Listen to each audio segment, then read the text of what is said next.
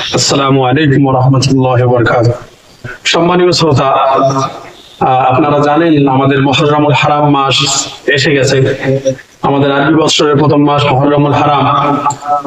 আর এই মাস আসলে বিভিন্ন রকমের প্রশ্ন আসে কে এই মাসে রোজা রাখা যাবে কি যাবে না, কয়টা রোজা রাখতে হবে, 10-এ মুহররম কি করতে হবে, ইয়ামে আশুরা কি জিনিস, মুহররমের ফজিলত কি, এরকম বিভিন্ন রকমের প্রশ্ন আমাদের সামনে আসে।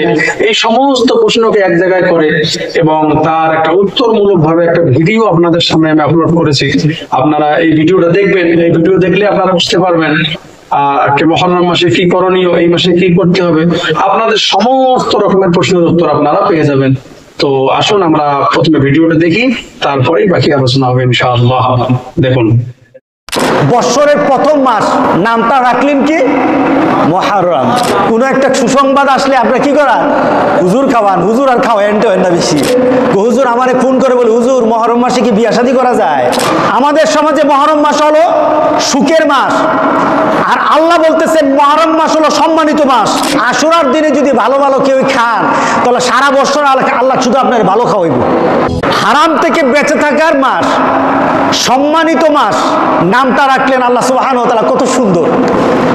এরপর আল্লাহ সুবহানাহু ওয়া তাআলা মাসটা সম্পর্কে নিজের দিকে নিয়ে আসলেন। এই মাসটা সম্পর্কে রাসূল বললেন শাহরুল্লাহিল মুহররম। এই মাসটার নাম দিলেন শাহরুল্লাহিল মুহররম, অর্থাৎ এটা হলো আল্লাহর মাস, সম্মানিত 4 মাসের একটি মাস। এরপর এই মাসের মধ্যে আল্লাহ সুবহানাহু ওয়া তাআলা ঘোষণা দিয়েছিলেন যে এটার মধ্যে যুদ্ধ বিগ্রহ করা এই মাসের মধ্যে হারাম ছিল। ঝগড়াঝাটি যুদ্ধ বিগ্রহ করা হারাম ছিল। এটা শুধু মুসলমানরাই মানতো না, এটা কাফেররা মানতো। রাসূলের আগের যে প্রাক ইসলামী যুগ, রাসূল পাক সাল্লাল্লাহু আলাইহি সাল্লাম আসার আগে যারা কাফের ছিল, কাফেররা পর্যন্ত এই মাসগুলির মধ্যে যুদ্ধ করতো না, মারামারি করতো না, সম্মান করতো এই মাসটাকে। এই হুকুমটা কিন্তু এখন কোন উলামায়ে কেরাম বলেন এই মাসে যুদ্ধ বিগ্রহ করা যাবে না। কেউ বলতেছেন এটা রহিত হয় নাই, কিন্তু অধিকাংশ আলেমের মত হলো যুদ্ধ বিগ্রহ করা যাবে না। এই যে একটা রহিত করার জন্য আল্লাহর বিধান, এটা এখন নাই, কিন্তু এই মাসে বেশি বেশি করে ইবাদত করতে হবে, এই কথাটা বহাল আছে। অন্য মাস থেকে এই মাসে বেশি করে কি করতে হবে, ইবাদত করতে হবে। সুবহানাল্লাহ, সুবহানাল্লাহ।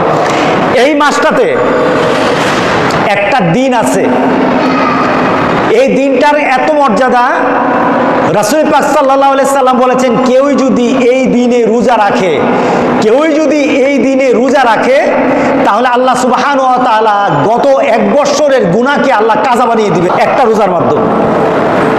গত একটা বৎসরের গুনাহকে আল্লাহ মাফ করে দিবেন। রোজা কয়টা? রোজা কিন্তু মূলত একটা। কিন্তু রাসূল পাক সাল্লাল্লাহু আলাইহি সাল্লাম এক পর্যায়ে বললেন, ঘটনাটা কি ছিল? রাসূল পাক সাল্লাল্লাহু আলাইহি সাল্লাম হিজরত করার পর এর পরের বছর, মক্কা থেকে মদিনাতে যাওয়ার পরের বছর, অর্থাৎ দ্বিতীয় হিজরিতে রাসূল পাক সাল্লাল্লাহু আলাইহি সাল্লাম মদিনার ইহুদিদেরকে দেখলেন। ইহুদিরা আশুরার দিনে রোজা রাখতেছে। দিনটার নাম কি? দশম, অর্থাৎ মুহররম মাসের 10ম দিনে এরা রোজা রাখতেছে ইহুদিরা। তো রাসূল পাক সাল্লাল্লাহু আলাইহি সাল্লাম ইহুদিদেরকে বললেন, তোমরা কিসের রোজা রাখো? এই দিনে তোমরা কিসের রোজা রাখো? তারা বলল, আমাদের নবী এবং বনি ইসরাইলকে আল্লাহ সুবহানাহু ওয়া তাআলা এই দিনে নীল নদ থেকে তাদেরকে আল্লাহ সুবহানাহু ওয়া তাআলা নাজাত দান করলেন। আর ফেরাউনকে পানির নিচে আল্লাহ সুবহানাহু ওয়া তাআলা চুবিয়ে মারলেন। আর মুসাকে আর বনি ইসরাইলকে আল্লাহ সুবহানাহু ওয়া তাআলা নাজাত দিয়ে দিলেন।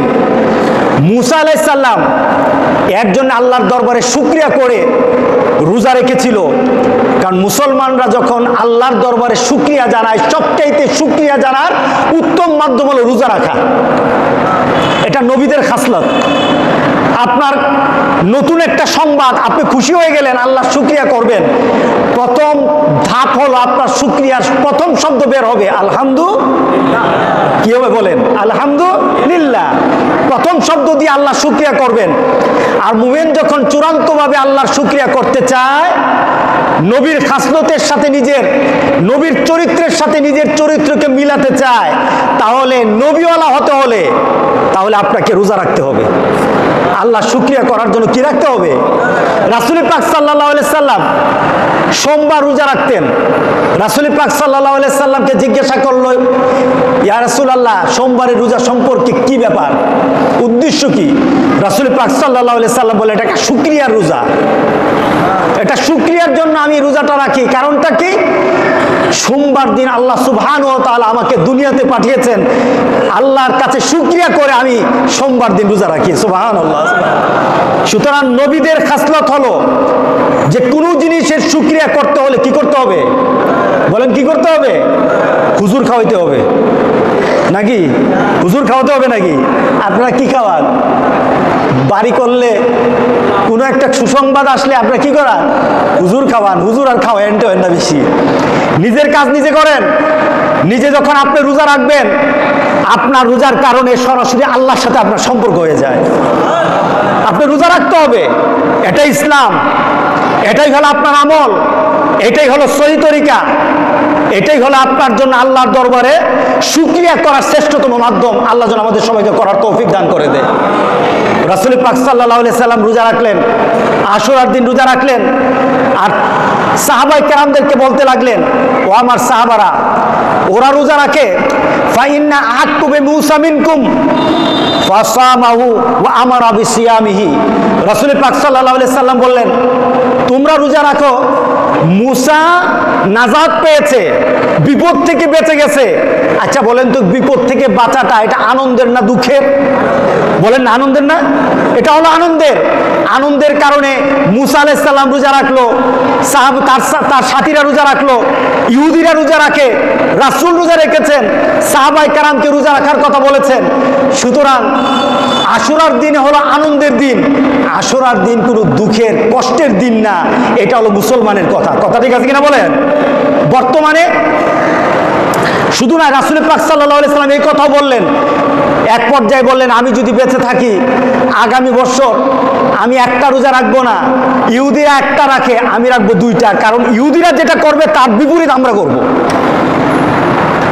এক পর্যায়ে রাসূল পাক সাল্লাল্লাহু আলাইহি সাল্লাম দেখলেন যে ইহুদিরা কালো দাড়ি সাদা হয়ে গেলে কালো হিজাব দেয়, এটাকে কি বলে? হিজাব, অর্থাৎ কালো রং দেয়, কালো রং দেয়। রাসূল পাক সাল্লাল্লাহু আলাইহি সাল্লাম দেখে ইহুদিরা সাদা দাড়িতে কালো রং দেওয়াটাকে পছন্দ করে।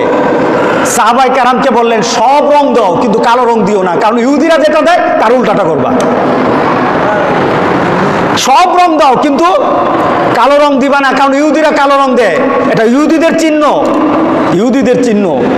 রাসূল পাক সাল্লাল্লাহু আলাইহি সাল্লাম তাদের বিপরীত করতে গিয়ে বললেন কি, তোমাদের জন্য আমি যদি আগামী বছর বেঁচে থাকি তাহলে আমি দুইটা দিনের রোজার কথা তোমাদেরকে বলবো এবং আমিও রাখবো। সেটা হলো আশুরা হলো 10 তারিখে, 9 তারিখ, 10 তারিখ, অথবা 10 তারিখ, 11 তারিখ, যে কোনো দিনের দুটো দিন। 9 তারিখ রাখলে 10 তারিখ রাখবেন, যদি 10 তারিখ রাখেন তাহলে কোন দিন রাখবেন? 11 তারিখ রাখবেন। রাসূল পাক সাল্লাল্লাহু আলাইহি সাল্লাম বললেন যে কোনো আমার উম্মত যদি এই দুইটা রোজা রাখে, তার জন্য আল্লাহ সুবহানাহু ওয়া তাআলা গত 1 বছরের গুনাহকে আল্লাহ মাফ করে দিবেন। রাখা দরকার আছে কিনা বলেন? হ্যাঁ, রাখা দরকার আছে। আমরা রোজাতে বিশ্বাসী না, আমরা বর্তমানে বিশ্বাস কি? সুখের দিবস।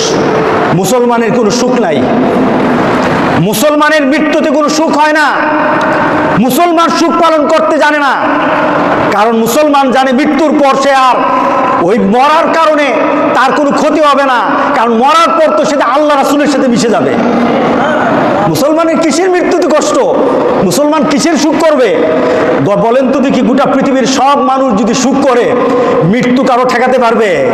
বরঞ্চ আমরা মৃত্যুকে আল্লাহ এবং রাসূলের সাথে মিলিত হওয়ার জন্য আমরা একটা সঠিক পন্থায় মুখ আল্লাহর দরবারে কামনা করি, যেই মৃত্যুতে আমি আমার একটা সুন্দর আখিরাত আমরা কামনা করতে পারি, ওই মৃত্যু আমরা কামনা করি। হুসাইন রাদিয়াল্লাহু তাআলা উনি শহীদ হয়েছেন, ঠিক না? উনি কি হয়েছেন? কার জন্য শহীদ হয়েছেন? নানার জন্য, নিজের পরিবারের জন্য? কেউই আপনারা বিয়ে শাদী ছেড়ে দিবেন? হুজুর আমারে ফোন করে বলে, হুজুর মহরম মাসে কি বিয়ে শাদী করা যায়? আমি কই আটকে রাখবেন কিভাবে? আপনার যদি বিয়ে শাদীর ব্যাপারে এত ভয় হয় তাহলে খাওয়া দাওয়া ছাড়েন আগে, এরপরে বিয়ের কথা বললেন। আমাদের সমাজে মহরম মাস হলো সুখের মাস, আর আল্লাহ বলতেছেন মহরম মাস হলো সম্মানিত মাস। রাসূল বলতেছেন মহরম মাস হলো তোমার শুকরিয়ার মাস। আচ্ছা, মহরম মাসের হযরত হুসাইন রাদিয়াল্লাহু তাআলা উনি আগে মারা গেলেন নাকি রাসূল আগে মারা গেছে? কে আগে মারা গেছে? রাসূল পাক সাল্লাল্লাহু আলাইহি সাল্লাম উনি হযরত হুসাইন রাদিয়াল্লাহু তাআলা আনহুর মৃত্যুর 58 বছর আগে মারা গেছে। মহরম মাসের মর্যাদার যত কথা রাসূল পাক সাল্লাল্লাহু আলাইহি সাল্লাম হুসাইন রাদিয়াল্লাহু তাআলা আনহু যখন শহীদ হয়েছেন তার 58 বছর আগে বলে গেছেন, রোজা রাখো, শুকরিয়া করো, আল্লাহর কাছে বেশি বেশি করে ইবাদত করো। 58 বছর আগে রাসূল বলে গেলেন এটা হলো শুকরিয়ার মাস, এটা হলো আনন্দের মাস। কারণ আল্লাহ নাজাত দিয়েছেন, আল্লাহ নাজাত দিয়েছেন, আল্লাহ সুবহানাহু ওয়া তাআলা এই একটা সম্মানিত মাস আমাদেরকে দান করেছেন। সুতরাং রাসূল 58 বছর আগে বলে গেল, পৃথিবীর অনেক মুসলমান বলে না। 58 বছর পরে হুসাইন রাদিয়াল্লাহু তাআলা আনহু শহীদ হলেন। ওনারা আনন্দটাকে, শুকরিয়াকে দুঃখের কারণ বানিয়ে নিয়েছে। বলেন তো দেখি, দুঃখের কারণ যদি বানাতে হয় রাসূলের দলিল লাগবে কিনা? যদি দুঃখের বানাতে হয় রাসূলের দলিল লাগবে। রাসূল তো বলে যায় নাই যে আমার এই হবে সেই হবে তার জন্য তোমরা দুঃখ করবো, এই আশুরার দিনে দুঃখ করবে, এই কথা তো বলে যায় নাই। বরঞ্চ আমরা বানিয়ে নিয়েছি, কিছু মিথ্যার আশ্রয় নিয়েছি। কিছু মিথ্যার আশ্রয় নিয়ে এই মাসে কেউ কেউ কোন হুজুর, এক হুজুরের আলোচনা শুনতেছিলাম, উনি বলতেছেন যে এই মাসে কেউ যদি চোখে সুরমা দেয়, আশুরার দিনে কেউ যদি চোখে সুরমা দেয়, চোখের রোগ আর হবে না, এই বছর আর ডাক্তার লাগবে না, ডাক্তার একবার উপাস, ডাক্তারের কাছে আর যাওয়া লাগবে না। আচ্ছা বলেন তো দেখি, চোখের সুরমা এই মাসে দিলে যদি রোগ ভালো হয়ে যায়, এটার জন্য তো রাসূলের দলিল লাগবে। কার দলিল লাগবে? রাসূলের দলিল লাগবে। আবার কোন হুজুর বলে যে এই মাসে যদি আশুরার দিনে যদি ভালো ভালো কেউ খান তাহলে সারা বছর আল্লাহ শুধু আপনার ভালো খাওয়াইব। উল্টা পাল্টা কথা আছে কিনা? আবার আপনাদের মধ্যে কথা কি, এই সাথে বিয়ে শাদী হয় না, এই মাসে ঘর বাড়ি উঠানো ঠিক না, এই মাসের মধ্যে কোনো ভালো কাজ করা ঠিক না। আপনারা এই মাসটাকে এমন কষ্টের মাস বানিয়ে নিয়েছেন যে নিজের জীবনের প্রয়োজনীয় কাজগুলি আপনি উধাও করে দিলেন। আর আল্লাহ বলতেছেন এই মাসের মধ্যে বেশি বেশি করে ইবাদত করো। জোরে বলেন আলহামদুলিল্লাহ। কার কথা মানবেন? জোরে বলেন কার কথা মানবেন? আল্লাহ সুবহানাহু ওয়া তাআলা শুধু একটাই কথা বলেছেন, এই মাসে একটা কাজ করা যাবে না, সেটা হলো ফালা তাজলিমু ফীহিন্না আনফুসাকুম। গুনার কাজ করা যাবে না, গুনার কাজ করা যাবে না। এই মাসে গুনার কাজ থেকে দূরে থাকতে হবে। যে যে গুনার কাজ মত্ত আছেন, যে যে গুনার কাজ করেন, আপনি জানেন কি গুনার কাজ করেন, আজকে এখান থেকে বের হয়ে এখানে বসে এক্ষণ নিয়ত করেন আমার জীবনের এই গুনাহটা আজকে আমি ছেড়ে দেব, আমার জীবনের এই গুনাহটা আমি আস্তে আস্তে ছেড়ে দেব, আমার জীবনের এই গুনাহটা আমি এই বছরের মধ্যে ছেড়ে দেব। আপনি এখান থেকে তওবার নিয়তে আপনি মনে মনে দৃঢ়তা আনেন, আল্লাহর কসম আপনি বলতে দেরি হবে, আপনার গুনাহ মাফ করতে আল্লাহ দেরি করবে না। আপনি করে দেখেন না, প্রচেষ্টা করে দেখেন। ক্ষমার মালিককে, ক্ষমতা দিবে কে? আল্লাহ সুবহানাহু ওয়া তাআলা দিবেন। সুতরাং এই মুহররম মাস, এই মুহররম মাসকে আমরা এইভাবে পালন করতে চাই যেভাবে মুহাম্মদ রাসূলুল্লাহ সাল্লাল্লাহু আলাইহি সাল্লাম পালন করেছেন। রাজি আছেন তো সবাই? কি করব বলেন? বলেন কি করবেন? হ্যাঁ, কি করবেন বলেন? প্রথম কথা হলো এই মাসে দুটো রোজা রাখবো। কয়টা রোজা রাখবো? বলেন কয়টা রোজা রাখবো? হুজুর রমজান মাসে রোজা রাখি না, আর আপনি এসেছেন এটা রোজা রাখতে? হ্যাঁ, রমজান মাসের রোজাই ভালো করে রাখি না। আমার কাছে একটা ডাটা আছে, আমার কাছে একজন এসে বলতেছে হুজুর আমরা বাজারে থাকি, আপনি তো টের পান না, আপনি তো মসজিদের মাদ্রাসায় থাকেন, টের পান না হুজুর। বর্তমানে হুজুর শতকরা 70 থেকে 75 জন মানুষ রোজা রাখে না, বিভিন্ন কারণে রোজা ছেড়ে দেয়। কেউ কাজের কারণে ছেড়ে, কেউ কর্মের কারণে ছাড়ে, কেউ রৌদ্রের কারণে ছাড়ে, কেউ বা পড়াশোনার কারণে ছাড়ে, কেউ বা বাড়ির ঘরের মধ্যে কাজ করতে হয় কাজের কারণে ছেড়ে দেয়। আবার কেউ মনে করে রোজা রাখার এত কষ্ট দরকার নাই, রোজা রাখার ব্যাপারে উদাসীন। আর রাসূল পাক সাল্লাল্লাহু আলাইহি সাল্লাম প্রত্যেকটি সপ্তাহে সপ্তাহে রোজা রাখতেন, যেন আল্লাহর কাছে রাসূল পাক সাল্লাল্লাহু আলাইহি সাল্লাম এভাবে উঠেন। রাসূলের নামাজ দেখে সাহাবায়ে কেরাম জিজ্ঞাসা করলেন, মা আয়েশা বললেন, আপনি কেন এত ইবাদত করেন? আফালা আকুন আবদান শাকুরা। ও আয়েশা, আমি আল্লাহর দরবারে যখন উঠবো আমি একজন শুকরিয়া গুজার বান্দা হয়ে আল্লাহর দরবারে উঠতে চাই। রাতের বেলা দাঁড়িয়ে দাঁড়িয়ে রাসূল নামাজ পড়তেন, পা গুলি ফুলে যেত।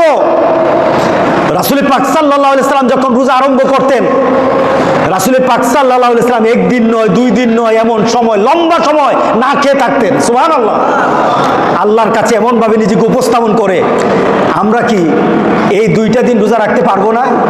রাসূল পাক সাল্লাল্লাহু আলাইহি সাল্লাম আফজালুস সিয়ামে বাদা রমাদান শাহরুল্লাহিল মুহাররম। আল্লাহর কাছে রাসূল পাক সাল্লাল্লাহু আলাইহি সাল্লাম বলেন, আল্লাহর কাছে সবচেয়ে প্রিয় রমজান মাসের রোজার পরে সবচেয়ে প্রিয় হলো, রমজান মাসের রোজার পরে সবচেয়ে প্রিয় হলো আশুরার এই 2টা রোজা। শুধু তাই নয়, আফজালুস সালাতে বাদাল ফরিদা, 5 ওয়াক্ত নামাজের ফরজ নামাজের পরে আল্লাহর কাছে প্রিয় নামাজ হলো তাহাজ্জুদের নামাজ, সালাতুল লাইল, রাতের নামাজ। আজকে কি আমরা আপনি যখন আপনার সন্তানকে কোনো স্কুলে কোনো মাদ্রাসায় ভর্তি করেন, একটা বছর চলে যায়, সেশন চলে যায়, নতুন একটা বছর আসে।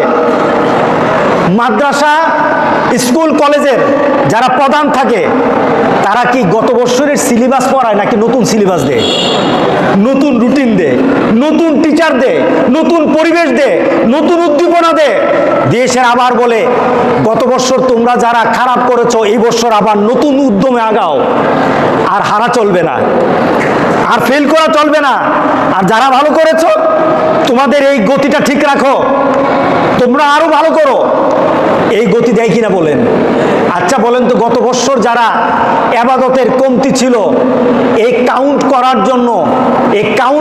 জন্য, এই গণনা করার জন্য আপনি কি কোনো হুজুর লাগবে?